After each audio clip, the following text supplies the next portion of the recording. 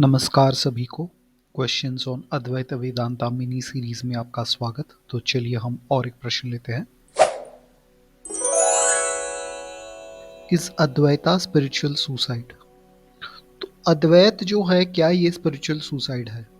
तो ये ऐसे बताया जाता है जैसे हम इस्कॉन के लोग वगैरह बोलते हैं कि भाई आप ब्रह्म में मिल जाओगे, तो एक एक तरह से मतलब आप वहाँ पर कूद कर खुदकुशी कर रहे हो।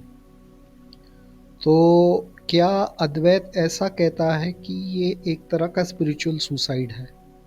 क्योंकि यहाँ पर प्रश्न है। तो यहाँ पर बात ये है कि वास्तव में ऐसा कुछ नहीं है। वास्तव में कोई स्पिरिचुअल सुसाइड वगैरह नहीं हो रहा है। क्यों?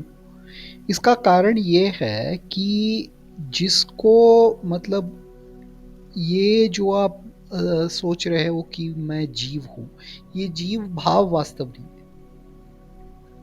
तो अगर जो जीव भाव जो है, जो वास्तव ही नहीं है, जो वास्तव में है ही नहीं, तो उसका नष्ट होने का भी कोई मतलब नहीं है, क्योंकि वो वास्तव ही नहीं है।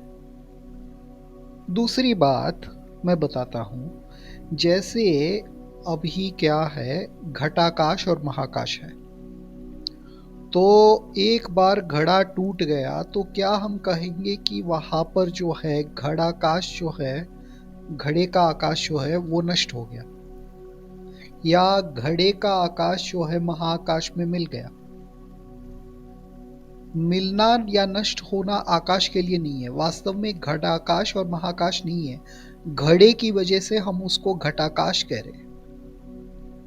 तो ये कहना ऐसा हुआ कि घड़े का आकाश अंदर, घड़े के अंदर का आकाश बाहर के आकाश से मिलके उसने सुसाइड कर लिया। वास्तव में घड़े का जैसा आकाश कह के कुछ था ही नहीं, एक ही आकाश था। तो सुसाइड का मतलब ही क्या है? तो इसलिए ये जो लोग कहते हैं, इसका कोई मतलब नहीं है कि आपका कोई स्पिरिचुअल सुसाइड होगा। तो ये था प्रश्न का समाधान। और एक प्रश्न से मिलते हैं, तब तक के लिए अलविदा।